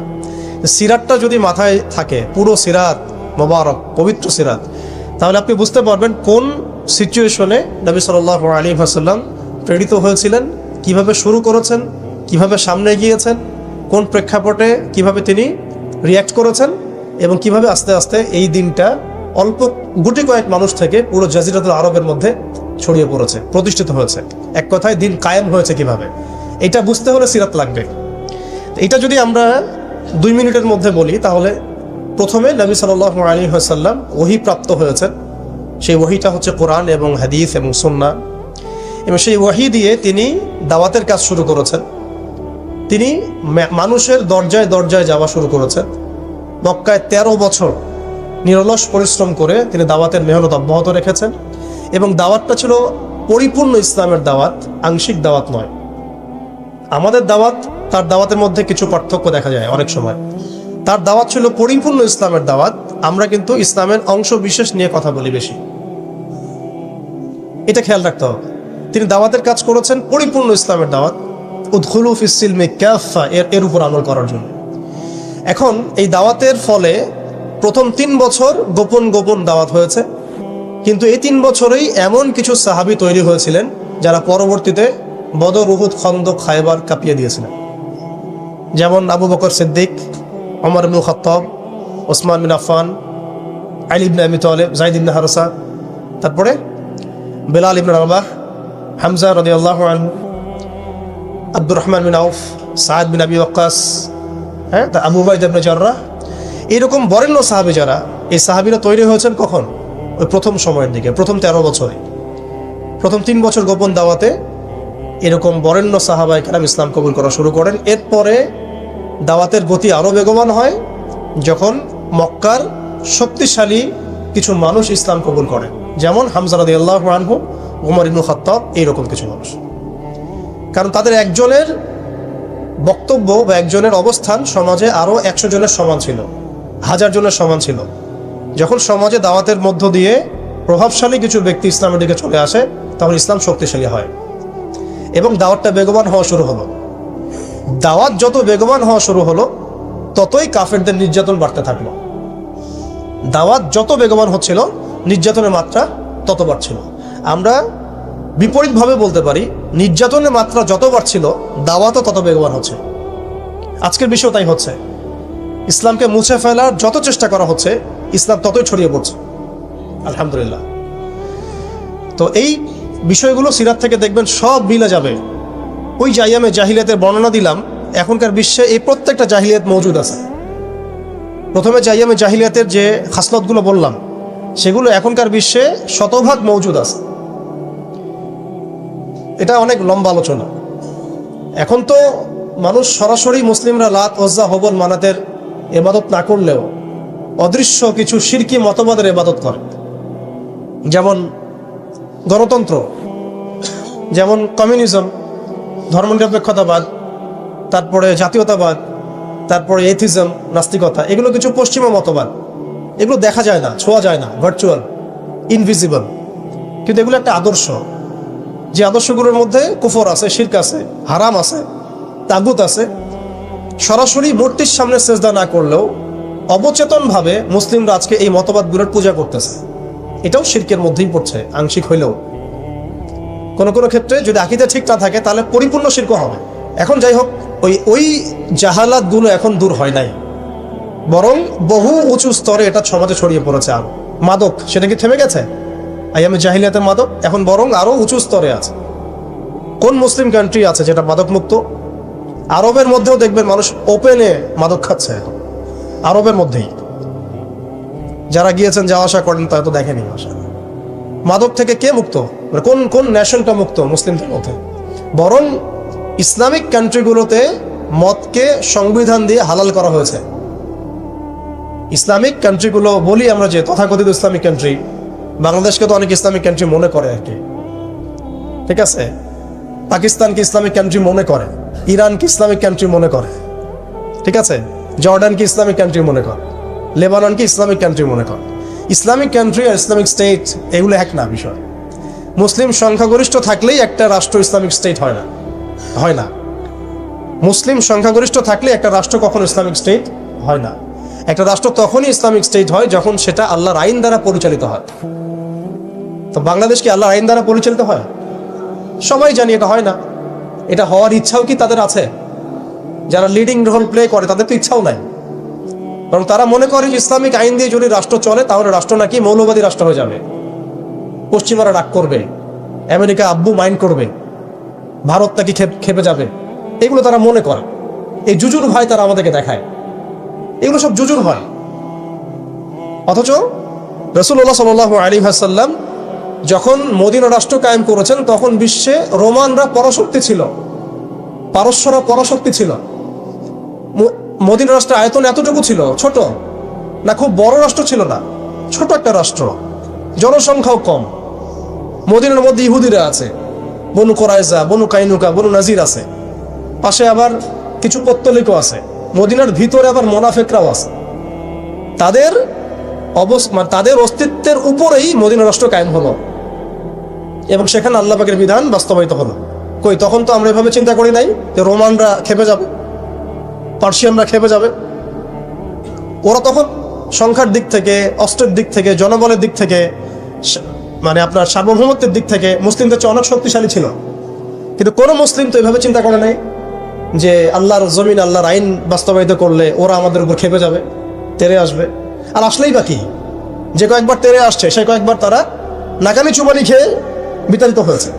আমরা সেই রোমানদেরকে ডিফিট করেছিলাম, সেই পার্সিয়ানদেরকে ডিফিট করেছি, সেই রোম সাম্রাজ্য, সিরিয়া, শাম, এগুলো আমরা বিজয় করেছি, সে পারস্য আমরা বিজয় করেছি। যারা আমাদের এগেনস্টে দাঁড়ানোর চেষ্টা করেছে আল্লাহ পাক ধুলা মানি উড়িয়ে দিয়েছিলেন। কই, তখন তো আমাদেরকে এত নেগেটিভ চিন্তা করতে হয় নাই, ব্যাকফুট চিন্তা করতে হয় নাই। এখন হয় কেন? বিকজ আমরা সেই ইমান, সেই তাকওয়া, সেই আকীদা, সেই আমল, সেই মানহাজের মধ্যে নাই। As simple as that. আমরা এখন সেই অবস্থায় নাই, ইমানের দিক থেকে, আমলের দিক থেকে, তাসকিয়ার দিক থেকে, জামাআর দিক থেকে। সবচেয়ে বড় কথা হচ্ছে দিন পালনের দিক থেকে, আর কি দিন বোঝা এবং পালন করার দিক থেকে আমরা ওই জায়গায় নাই। আমরা দেখুন দিন পালন করছি আংশিক, যতটুকু আমার পক্ষে পসিবল হচ্ছে আংশিক, বুফের মতো আমরা মনে করছি, যেটা ইচ্ছা নিব, যেটা ইচ্ছা নিব না। দিন তো বুফে না। উদখুলু ফিস সিলমি কাফা মানে হচ্ছে দিনে আমাকে পরিপূর্ণরূপে প্রবেশ করতে হবে। যখন যেটা আমার সামনে আসবে আমাকে সেটা করতে হবে। ফরজ হয়েছে নামাজ পড়তে হবে, যাকাত ফরজ হলে যাকাত দিতে হবে, হজ ফরজ হলে হজ করতে হবে। আমার এখানে অপশনাল কোনো থিঙ্কিং এর তো সুযোগ নাই। পর্দা ফরজ হলে পর্দা করতে হবে, ইভেন জিহাদ ফরজ হলে জিহাদও করতে হবে। যেটা ফরজ হবে সেটা করতে হবে, যেটা ওয়াজিব সেটা করতে হবে, যেটা সুন্নাহ সেটা আমল করতে হবে। এখানে তো আমার অপশন নাই যে আল্লাহ আমি পর্দাটুকু বাদ দিয়ে দাও আমার জন্য, নাউজুবিল্লাহ, আমার জন্য মদটাকে হালাল করে দাও, নাউজুবিল্লাহ, আমার জন্য জেনাকে হালাল করে দাও, নাউজুবিল্লাহ। এটা কি সম্ভব? কিন্তু আমরা এই সিস্টেমগুলোর মধ্য দিয়ে আল্লাহর হালালকে হারাম করছি, হারামকে হালাল করছি। তো আমি বলছিলাম ওই জাহালাতের এই না সুদভিত্তিক সিস্টেম দূর হয়েছে, আর না সেই মাদক দূর হয়েছে, আর না সেই শিরক দূর হয়েছে, আর না গোত্রীয় হানাহানি দূর হয়েছে। গোত্রীয় হানাহানি কি দূর হয়েছে? না। এখন হানাহানি গণতান্ত্রিক ভাষায় করলে জায়েজ, তাই না? গণতান্ত্রিক লেভেল দিয়ে হানাহানি, মারামারি, কাটাকাটি, মিছিল, মিটিং, শোডাউন, রাস্তায় কোপাকুপি সব জায়েজ। কিন্তু ইসলামের পরিভাষায় যদি আমরা জিহাদ ফি সাবিলিল্লাহ বলি তাহলে আটকে ওঠে বাপরে বাপ কি অবস্থা, তাহলে মৌলবাদী, জঙ্গি, সন্ত্রাস। ছাত্ররা যা করেছিল জুলাইয়ে, এই কাজটার 10%ও যদি দাড়ি টুপি বলানো করতো তাহলে মনে হয় বাংলাদেশেও সব মসজিদ সিলগালা মেরে দিত, সব মাদ্রাসা সিলগালা করে দিত, তাই না? মানে গণতান্ত্রিক পরিভাষায় এই ফিতনাগুলো জায়েজ, তাই না? ফিতনা মানে পরীক্ষা, ফিতনা মানে শব্দ কি? পরীক্ষা। এই পরীক্ষাই তো আমরা। কিন্তু ইসলামিক পরিভাষা যদি আমরা ইবাদত বলি, ইসলামিক পরিভাষা একটা ইবাদত, সেটা নাজায়েজ হয়ে যাচ্ছে। আর গণতান্ত্রিক পরিভাষায় তথাকথিত এই গণতান্ত্রিক রাষ্ট্রে এবং গণতান্ত্রিক এই বিশ্বে এগুলোকে তারা জায়েজ করে নিয়েছে। আফ্রিকাতে যখন পশ্চিমারা হামলা চালায় গণতন্ত্রের নামে, এটা জায়েজ হয়ে যায়। আরব বসন্তের নামে যখন বিভিন্ন কান্ট্রির মধ্যে ফাসাদ সৃষ্টি করা হয়, গাদ্দাফিকে ফেলে দেওয়া হয়, মনে আছে না আপনাদের আরব বসন্তের কথা? ইয়েমেন থেকে শুরু করে, তিউনিসিয়া থেকে শুরু করে প্রত্যেকটা কান্ট্রিতে যা করলো তারা, মনে আছে তো নিশ্চয়ই? এগুলো তখন জায়েজ, মিশরে করেছে, তাই না? সোমালিয়া, কঙ্গো, ইথিওপিয়া, নাইজেরিয়া, এগুলোতে যা হচ্ছে এগুলো জায়েজ ওদের ভাষায়। ইরাকে হামলা চালানো ওদের জন্য জায়েজ ছিল, তাই না? গণতন্ত্রের ভাষায় ওখানে লাখ লাখ মানুষ মারলেও সেটা জায়েজ। ওটা নাকি শান্তি প্রতিষ্ঠার জন্য করা হচ্ছে। তারপরে আফগানিস্তানে লক্ষ লক্ষ মানুষকে মারা হয়েছে, ওটা তখন জায়েজ ছিল। কাশ্মীরে আজকে মানুষকে মারা হচ্ছে, এটা ওদের কাছে জায়েজ হয়ে গেছে। আর কোথাও এক্সাম্পল দিবেন? চায়নার মধ্যে মারা হচ্ছে উইঘুরদেরকে, আরাকানে মারা হয়েছে, তারপরে ইয়েমেনে তো মারা হচ্ছেই সেই 15 সাল থেকেই, জর্ডানে হয়েছে, লেবাননে হয়েছে, খাস করে প্যালেস্টাইনে, খাস করে কোথায়? প্যালেস্টাইনে, গাজায়। এগুলো তারা গণতন্ত্র প্রতিষ্ঠার নামে এগুলো করলে সেগুলো জায়েজ। এবং এখানে দেখবেন 100%ই মুসলিমদের রক্ত ঝরছে, কোনো অমুসলিমের রক্ত কিন্তু ঝরছে না। তো এগুলো তাহলে এই তন্ত্রমন্ত্রগুলোকে আমরা বলি এখনকার জামানার দেবতা, যেগুলোর পূজা ওরা করতেছে।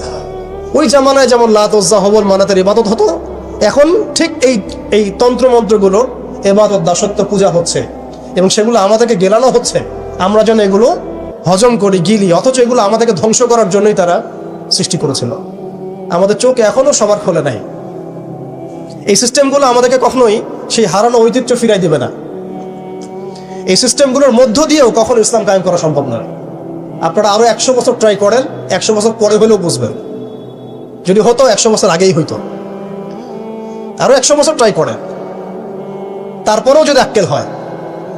এই সিস্টেমগুলো তৈরি করা হয়েছে আমাদেরকে ওদের দাস বানানোর জন্য, মুসলিমদেরকে মারার জন্য। ভারতে নতুন নতুন পায়তারা চলতেছে। এখন আমাদের এই ভাইরা তো বদ্ধ একটা জায়গায়। আপনারাই বলেন তারা কি করবে এখন? তারা মিশন নিছে, রাষ্ট্রীয়ভাবে মিশন নিছে মুসলিম নিধনের।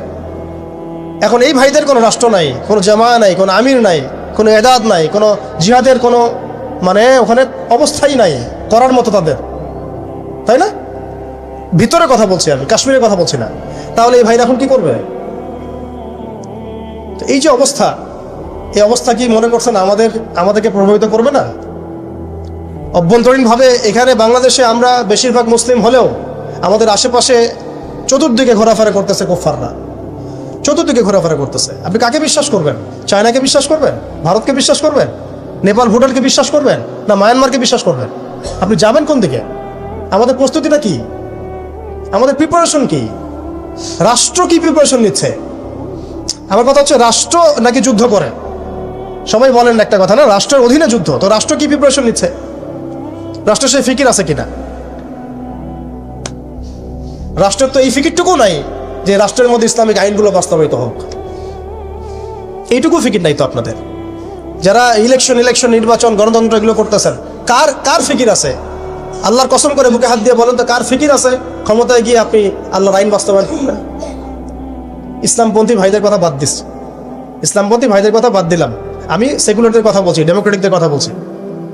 কারণ রাষ্ট্র চলে আসছে এইভাবেই। আর যারা ফিকির করছেন ইসলাম নিয়ে আমি যাব, ওখানে গিয়ে এটা করবো, এটা আপনি ডেমোক্রেটিক সিস্টেমে করতে পারবেন না। আপনাকে সিস্টেমটা সরাই ফেলতে হবে।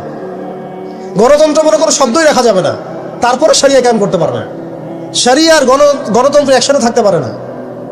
শরিয়া, গণতন্ত্র, ধর্মনিরপেক্ষতাবাদ, কমিউনিজম এগুলো একসাথে থাকতে পারে না। একটা বোতল, এর মধ্যে আছে আপনার বিষ, এখানে আপনি দুধ খেতে পারবেন না। একটা বোতল, এখানে আছে বিষ, আপনি এটাকে 1000 বার ধুইতে হবে, ধোয়ার পরে আপনি দুধ ঢালতে পারবেন, খাওয়ার রিস্ক নিতে পারবেন। তাও খাবেন কিনা সন্দেহ আছে। আর এগুলো তো হচ্ছে মারাত্মক শিরকের বিষ। এগুলো পশ্চিমাদের দাসত্ব করাবে আপনাকে। আমাদের হচ্ছে বড় কান্ট্রি আছে একটা তুরস্ক, একটা ইসলামিক ল বাস্তবায়ন করছে কিনা দেখায়। বড় একটা কান্ট্রি আছে মিশর, দেখায় না আমাকে একটা ইসলামিক ল বাস্তবায়ন করতে পারছে কিনা। তিউনিসিয়া পারছে কিনা, আজারবাইজান পারছে কিনা, মরক্কো পারছে কিনা, ইথিওপিয়া পারছে কিনা? আপনারা বলেন পারছে কি? ইয়েমেন পারছে কিনা, জর্ডান পারছে কিনা, লেবানন পারছে কিনা? পারে নাই। আফগানিস্তান পারছে কেন? আফগানিস্তান পারছে কেন? কারণ তারা সিস্টেমগুলোকে সরাই দিছে। সিরাতের আদলে, সিরাতের রক্তে ওরা জমিনকে পবিত্র করে ফেলছে। সিরাতের আদলে জিহাদের মাধ্যমে রক্ত দিয়ে পশ্চিমাদেরকে বিতাড়িত করে ওরা জমিনকে পবিত্র করে শরিয়া কায়েম করছে। এটাই শরিয়া কায়েম করার রাস্তা, আর কোনো রাস্তা নাই। আপনি যতই তন্ত্রমন্ত্রের ধার ধারেন না কেন, আপনি কখনোই সফল হতে পারবেন না। লিখে নেন, কাজ করতে থাকেন, দেখেন ফান্তাজিরু ওয়া ইন্না মাআকুম মিনাল মুনতাজিরিন। কোনো সমস্যা নাই। আফগান পারছে এই কারণেই, কারণ তারা পশ্চিমাদের তন্ত্র মন্ত্রের গোলক ধাঁধায় পড়ে নাই। তারা সিরাতের রাস্তায় হাঁটছে। ওকে, আমাদের সাথে লড়বা, আমরাও তোমাদের সাথে লড়ব। ঠিক আছে, হয় তোমরা থাকবে, না হলে আমরা থাকবো। হয় তাওহীদ থাকবে, না হলে শিরক থাকবে। হয় শরিয়া থাকবে, না হলে তোমাদের তন্ত্রমন্ত্র থাকবে। এই লড়াই যখন হয়েছে, হইতে হইতে হইতে এক পর্যায়ে 20 বছর সময় লাগলেও সেটা আজকে বাস্তবায়ন হয়েছে। যেটা আপনার আমার অঞ্চলে 100 বছরও হয় নাই, 50 বছরও হয় নাই। এরপরেও আল্লাহ পাক আমাদেরকে চোখের সামনে কিন্তু মিসাল দেখাই দিয়েছেন। তারপরেও আমাদের মধ্যে বোধোদয় হচ্ছে না, আমরা বুঝতে পারছি না যে কোন পথে হাঁটবো।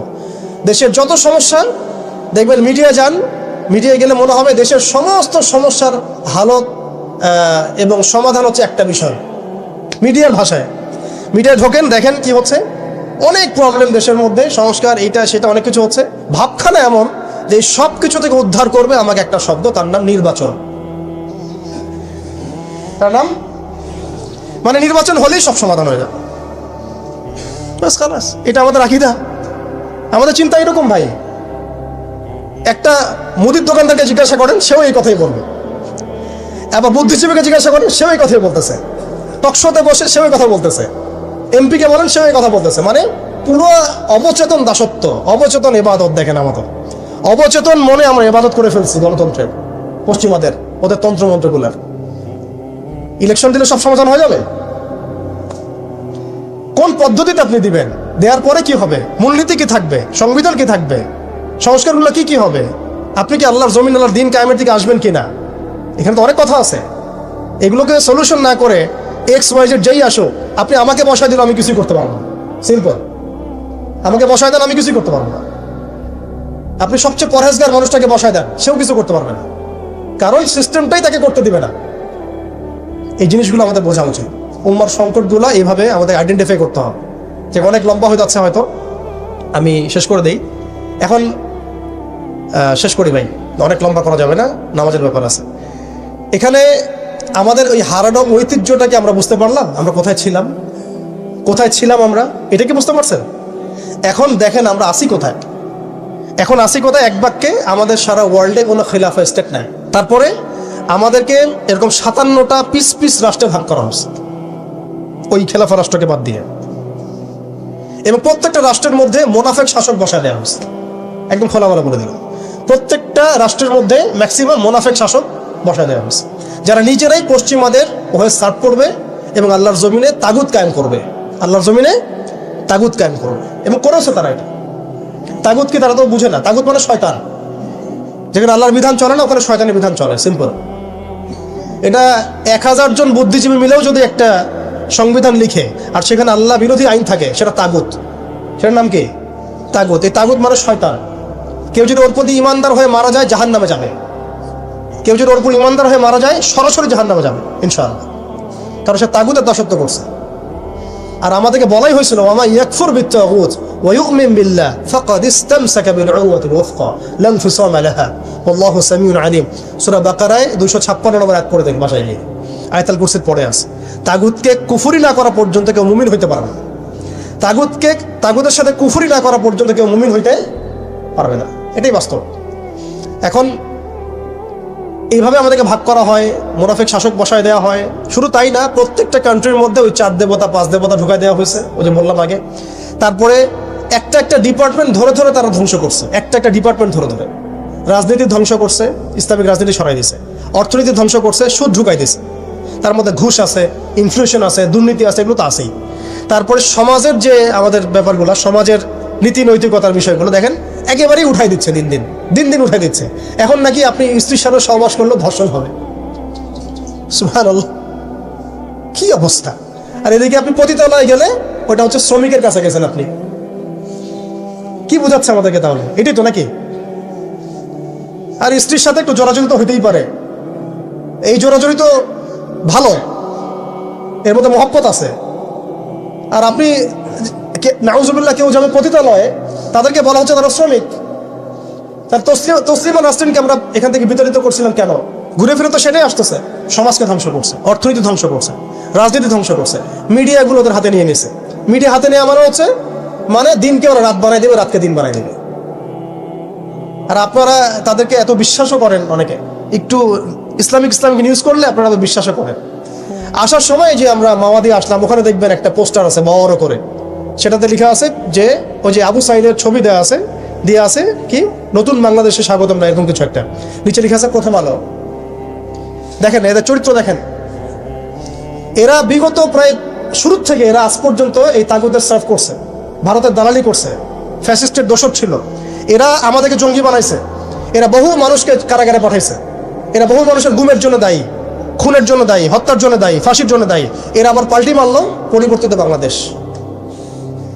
দেখছেন, এই হচ্ছে মিডিয়ার অবস্থা। প্রত্যেকটা মিডিয়া ওরা হাতে নিয়ে নিয়েছে এবং এর সাথে প্রযুক্তিগত উন্নয়ন। আমি তো বলছিলাম যে মানে আমাদেরকে এইভাবে মনিটর করা হতো যে আমাদের ফোনে যদি আপনি একটা কল দেন, মেসেজ করেন, তাহলে আপনি ট্রেস হয়ে যাবেন। এইভাবে মনিটর করা যায়। আপনি গোপনে আপনার স্ত্রীকে কি বলছেন সেটা তারা শুনতেছে আরিফেতে, আমি জানি না। আপনি আপনার ওয়াইফকে ফোনে গোপনে কি বলতেছেন, কিছু আলাপ হতে পারেন, অ্যাডাল্ট হতে পারে কিনা, ওইটা তারা রেকর্ড করতেছে। এখন প্রশ্ন হচ্ছে যে এই ওদের যে মানে অগ্রগতি, আমাদের যে অধঃপতন, এই জিনিসটার জন্য কি শুধু তারাই দায়ী না আমরাও দায়ী আছি? শুধু কি তারাই দায়ী না আমরা দায়ী আছি? আমরা আমাদের আগে দোষগুলো খুঁজে বের করব, আমরা নিজেরা আমাদের আগে ল্যাকিংসগুলোকে খুঁজে বের করব। আপনি দেখবেন, খুঁজতে থাকেন, প্রথম ল্যাকিংস পাবেন আপনি, আমি, বেশিরভাগ মানুষই জীবনের মৌলিক উদ্দেশ্য থেকে সরে গেছে। আমরা দুনিয়াদার হয়ে গেছে ভাই। আমরা এই দুনিয়াতে এইভাবে থাকার জন্য আসি নাই। আল্লাহ পাক আমাদেরকে পাঠাইছেন এই দুনিয়াতে দুইটা কাজ দিয়ে। একটা হচ্ছে আল্লাহর ইবাদত করতে হবে এবং তার জমিনে দিন কায়েম করতে হবে। এখানে আমি অন্য কোনো উদ্দেশ্যে আসি নাই, আমরা মুসাফির এখানে সবাই। আল্লাহ পাক বলেছেন ওয়া মা খালাকতুল জিন্না ওয়াল ইনসা ইল্লা লিয়াবুদুন, আর ইন তানসুরুল্লাহ ইয়ানসুরকুম ওয়া ইউসাব্বিত আকদামাকুম ওয়ালা তামুতুন্না ইল্লা ওয়া আনতুম মুসলিমুন। কতগুলো আয়াত আছে। ইন্নাল্লাহা লা ইউগাইয়িরু মা বিকওমিন হাত্তা ইউগাইয়িরু মা বিআনফুসিহিম। আয়াতের পর আয়াত বলা যাবে।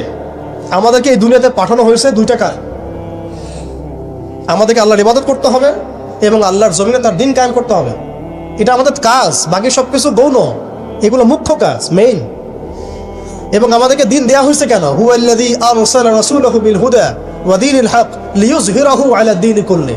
এই দিনটা আল্লাহ পাক দিয়েছেন এই কারণেই, যাতে এই দিন অন্য সমস্ত দিনের উপর জয়লাভ করে। তো জয়লাভ কখন করবে? যখন আমরা ফিকির করবো তখন। এটা কি আবরাহার যুগ যে আবাবিল পাখি এসে পাথর ছুড়বে? বলেন, এখন পাথর আপনাকে আমাকে ছুড়তে হবে? এটা তো আবরাহার যুগ নয়।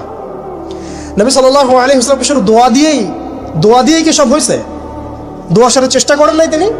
এমনকি বদর যুদ্ধের দিনও তিনি কূপ দখল করলেন, ভালো জায়গাটাতে শিবির গাড়লেন, সৈন্য বিন্যাস করলেন।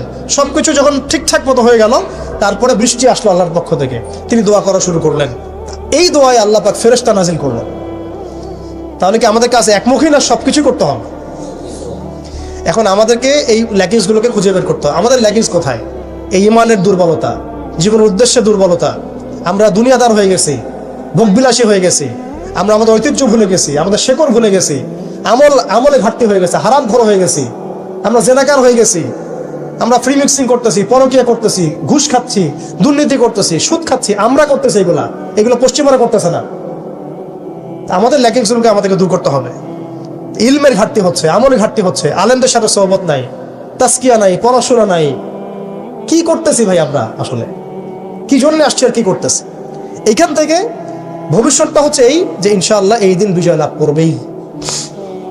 আজকার কাল হোক, আল্লাহ পাক এমন জামা, এমন ইমারা, এমন আল্লাহর সেনাবাহিনী তৈরি করবেন যারা আস্তে আস্তে আস্তে আস্তে জন্য জয় করবে। এটা লেখা হয়ে গেছে।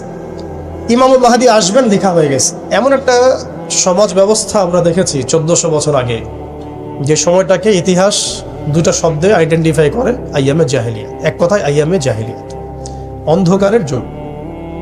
অন্ধকারের যুগ, দ্য এজ অফ ডার্কনেস, অন্ধকারের যুগ। এই অন্ধকারের যুগ আল্লাহ রাব্বুল আলামিন মাত্র 23 বছরের ব্যবধানে একটা কিতাব নাজিল করে, একজন নবীকে প্রেরণ করে, একজন নবীর সুন্নাহ দিয়ে, এবং একটা জামা, সাহাবায়ে কেরামের জামা, মানে ঐক্যবদ্ধ একটা প্ল্যাটফর্ম, এটাকে দিয়ে আল্লাহ রাব্বুল আলামিন মাত্র উইদিন 23 ইয়ার্স, মানে মাত্র 23 বছরের ব্যবধানে আল্লাহ রাব্বুল আলামিন এই সমাজের চিত্রটাকেই পরিবর্তন করে দিয়েছেন। এটা আমরা দেখেছি মাত্র 23 বছরের ব্যবধানে। তো সিরাতটা যদি আপনাদের পড়া থাকে তাহলে আপনারা বুঝতে পারবেন যে কিভাবে এই পরিবর্তনটা হয়েছে। যাদের সিরাতটা পড়া নাই তাদের বুঝতে একটু অসুবিধা হতে পারে। এই কারণে আমি আপনাদেরকে পরামর্শ দিই, যেভাবে আপনারা কোরআন শেখেন, যেভাবে হাদিসকে গুরুত্ব দিয়ে পড়েন, ঠিক সেইভাবেই নবী মুহাম্মদ সাল্লাল্লাহু আলাইহি ওয়াসাল্লামের পবিত্র জীবনীটাকে শুরু থেকে শেষ পর্যন্ত পড়ে শেষ করতে হবে। তাহলে আপনি ধাপগুলো বুঝতে পারবেন কিভাবে তিনি সমাজ সংস্কার করেছেন। না হলে বুঝতে পারবেন না। কোরআনের একটা আয়াত থেকে আপনি নিজে নিজে একটা দলিল তো বের করতে পারবেন না, একটা হাদিস থেকে আপনি নিজে নিজে একটা দলিল তো বের করতে পারবেন না। সিরাতটা যদি মাথায় থাকে, পুরো সিরাত মোবারক পবিত্র সিরাত, তাহলে আপনি বুঝতে পারবেন কোন সিচুয়েশনে নবী সাল্লাল্লাহু আলাইহি ওয়াসাল্লাম প্রেরিত হয়েছিলেন, কিভাবে শুরু করেছেন, কিভাবে সামনে এগিয়েছেন, কোন প্রেক্ষাপটে কিভাবে তিনি রিয়্যাক্ট করেছেন, এবং কিভাবে আস্তে আস্তে এই দিনটা অল্প গুটি কয়েক মানুষ থেকে পুরো জাজিরাতুল আরবের মধ্যে ছড়িয়ে পড়েছে, প্রতিষ্ঠিত হয়েছে। এক কথায় দিন কায়েম হয়েছে কিভাবে, এটা বুঝতে হলে সিরাত লাগবে। এটা যদি আমরা 2 মিনিটের মধ্যে বলি, তাহলে প্রথমে নবী সাল্লাল্লাহু আলাইহি ওয়াসাল্লাম ওহী প্রাপ্ত হয়েছে। সেই ওহীটা হচ্ছে কোরআন এবং হাদিস এবং সুন্নাহ, এবং সেই ওহী দিয়ে তিনি দাওয়াতের কাজ শুরু করেছেন। তিনি মানুষের দরজায় দরজায় যাওয়া শুরু করেছেন। মক্কায় 13 বছর নিরলস পরিশ্রম করে তিনি দাওয়াতের মেহনত অব্যাহত রেখেছেন, এবং দাওয়াতটা ছিল পরিপূর্ণ ইসলামের দাওয়াত, আংশিক দাওয়াত নয়। আমাদের দাওয়াত, তার দাওয়াতের মধ্যে কিছু পার্থক্য দেখা যায় অনেক সময়। তার দাওয়াত ছিল পরিপূর্ণ ইসলামের দাওয়াত, আমরা কিন্তু ইসলামের অংশ বিশেষ নিয়ে কথা বলি বেশি। এটা খেয়াল রাখতে হবে। তিনি দাওয়াতের কাজ করেছেন পরিপূর্ণ ইসলামের দাওয়াত, উদখুলু ফিস সিলমি কাফা, এর উপর আমল করার জন্য। এখন এই দাওয়াতের ফলে প্রথম 3 বছর গোপন গোপন দাওয়াত হয়েছে, কিন্তু এই 3 বছরেই এমন কিছু সাহাবী তৈরি হয়েছিলেন যারা পরবর্তীতে বদর, উহুদ, খন্দক, খায়বার কাঁপিয়ে দিয়েছিলেন। যেমন আবু বকর সিদ্দিক, ওমর ইবনে খাত্তাব, ওসমান বিন আফফান, আলী ইবনে আবি তালেব, যায়েদ ইবনে হারসা, তারপরে বেলাল ইবনে রাবাহ, হামজা রাদিয়াল্লাহু আনহু, আব্দুর রহমান বিন আউফ, সাদ বিন আবি ওয়াক্কাস, আবু উবাইদা ইবনে জাররাহ, এইরকম বরেণ্য সাহাবী যারা, এই সাহাবীরা তৈরি হয়েছেন কখন? ওই প্রথম সময়ের দিকে, প্রথম 13 বছরে। প্রথম 3 বছর গোপন দাওয়াতে এরকম বরেণ্য সাহাবায়ে কেরাম ইসলাম কবুল করা শুরু করেন। এরপরে দাওয়াতের গতি আরও বেগবান হয় যখন মক্কার শক্তিশালী কিছু মানুষ ইসলাম কবুল করেন, যেমন হামজা রাদিয়াল্লাহু আনহু, ওমর ইবনে খাত্তাব, এইরকম কিছু মানুষ। কারণ তাদের একজনের বক্তব্য বা একজনের অবস্থান সমাজে আরও 100 জনের সমান ছিল, 1000 জনের সমান ছিল। যখন সমাজে দাওয়াতের মধ্য দিয়ে প্রভাবশালী কিছু ব্যক্তি ইসলামের দিকে চলে আসে, তখন ইসলাম শক্তিশালী হয় এবং দাওয়াতটা বেগবান হওয়া শুরু হলো।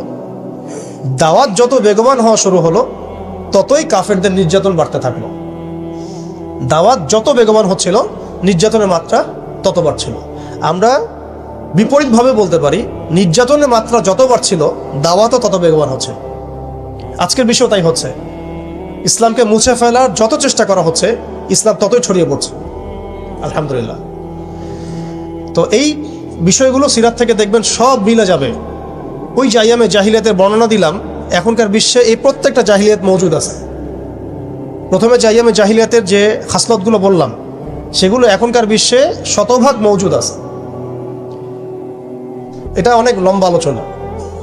এখন তো মানুষ সরাসরি মুসলিমরা লাত, ওজ্জা, হবল, মানাতের ইবাদত না করলেও অদৃশ্য কিছু শিরকি মতবাদের ইবাদত করে, যেমন গণতন্ত্র, যেমন কমিউনিজম, ধর্মনিরপেক্ষতাবাদ, তারপরে জাতীয়তাবাদ, তারপরে এথিজম, নাস্তিকতা। এগুলো কিছু পশ্চিমা মতবাদ।